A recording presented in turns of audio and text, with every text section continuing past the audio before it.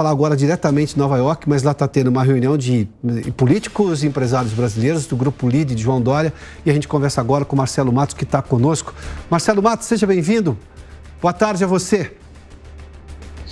Muito boa tarde, Piotr, e a todos que nos acompanham, portanto, na programação da Jovem Pan. Piotr, de fato, nós tivemos aqui um encontro de 250 empresários e também 8 governadores e principalmente o presidente da Câmara, o prefeito de São Paulo, do Rio de Janeiro também, Eduardo Paes.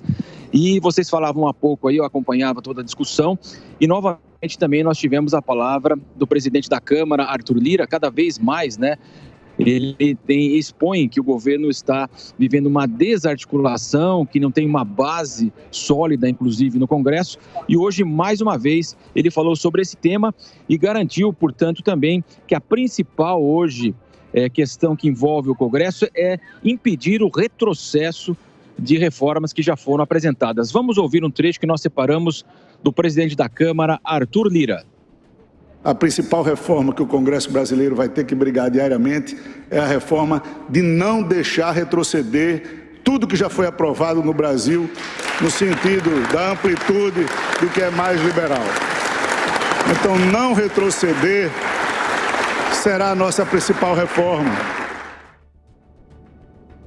Muito bem, ele foi ovacionado, como vocês puderam acompanhar. Nós tínhamos representantes do setor financeiro, tivemos inclusive a participação da FEBRABAN aqui entre os palestrantes, também o Isaac Sidney, que é o presidente da Federação Brasileira de Bancos, e aquele discurso também de que, claro, a segurança jurídica é extremamente necessária.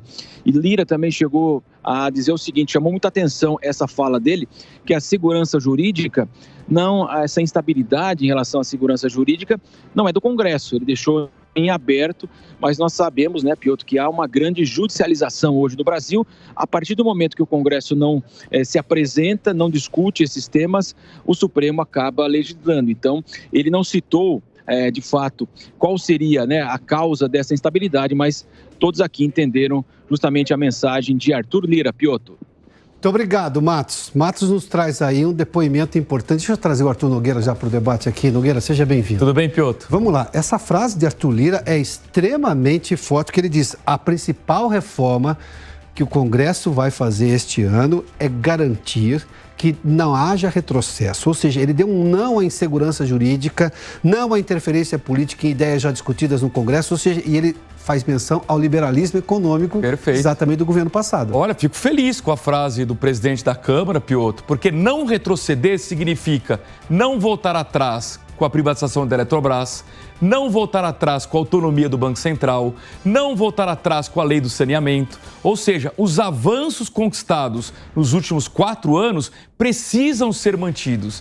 E aí a posição do presidente da Câmara está corretíssimo. Nogueira, e detalhe, né? Ele diz claramente ao governo que não vai aceitar essas maluquices propostas pelo governo com ideias ruins como querer mexer na lei de saneamento, extensamente discutida no Congresso Nacional, a lei da privatização da Eletrobras, que o TCU depois fez um exame acurado e aprovou, ou seja, está dizendo não à interferência política de baixo nível ideológica. Quando ele diz assim, não vou permitir retrocessos, é os avanços conquistados no governo passado e não os retrocessos desse governo. Exatamente. E aí, Piotr, tem um ponto importante para a gente conversar aqui, que é a insegurança jurídica.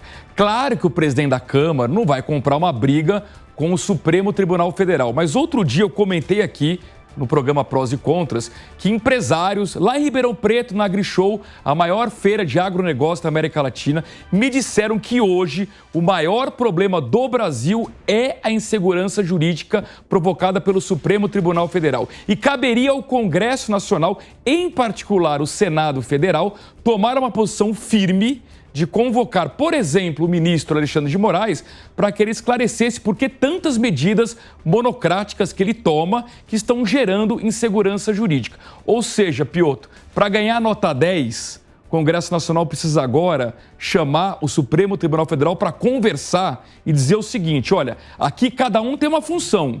O Poder Legislativo legisla, o Executivo executa e o Poder Judiciário julga. Não dá para o Poder Judiciário ser ao mesmo tempo também legislativo e executivo. Até porque não há nada de perseguição em convocar um ministro do Supremo que, por acaso, tomou uma decisão que no entender do parlamento está afrontando a Constituição Federal, porque todos estamos aqui para proteger a Constituição Federal, não é? Sim. Faz parte da democracia as autoridades públicas irem ao Congresso se explicar.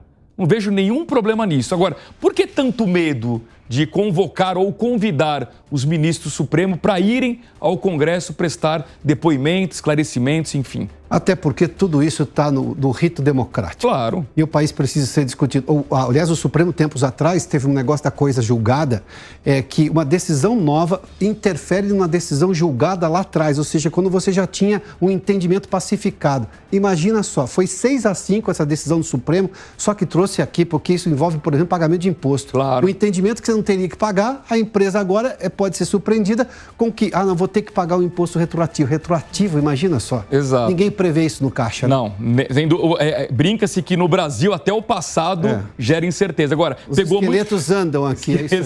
Agora, Piotr, pegou muito mal aquela ameaça de que se o Congresso não votasse o projeto de lei da fake news, da censura, sim, o Poder Judiciário iria intervir e tomar uma decisão. Não cabe ao Poder Judiciário tomar decisão nenhuma. Claro. A decisão sobre leis cabe ao Poder Legislativo. O nome já diz, quem legisla é o Legislativo, né? Exatamente. Aliás, o Flávio Dino, também ministro da Justiça, disse, se vocês não fizerem, nós iremos incluir o Supremo Tribunal Federal, vamos acertar esse assunto. Não, isso é ameaça, isso não tem nada a ver com democracia. Sem dúvida. Temos o mercado já, Serginho?